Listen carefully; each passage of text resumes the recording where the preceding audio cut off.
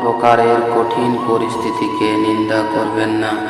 সূক্ষ্মভাবে বিচার করলে বুঝতে পারবেন এটা আপনার জন্য প্রয়োজন ছিল। যদি এই পরিস্থিতি না আসতো তাহলে এখন আপনার যত উন্নতি হয়েছে তত উন্নতি হতো না।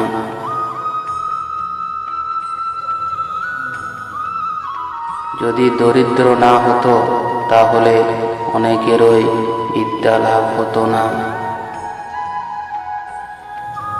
আত্মা স্বরূপ ঈশ্বর কখনো নিরর্থক, দূষিত, অপ্রয়োজনীয় জিনিস ও পরিস্থিতি সৃষ্টি করে না। তাই আপনি কঠিন হইতে কঠিনতর পরিস্থিতিকে স্বাগত জানান। তার গূঢ় রহস্য এবং তার প্রয়োজনীয়তা বিচার করে এই ঈশ্বরের দেওয়া সুযোগের লাভ তুলুন। ইহা আপনার জন্য বিষ নয়, অমৃত। এই তত্ত্বকে যদি বুঝে নিতে পারেন তাহলে আপনার হৃদয় সর্বদা শান্ত, সুখী ও আনন্দে পরিপূর্ণ থাকবে।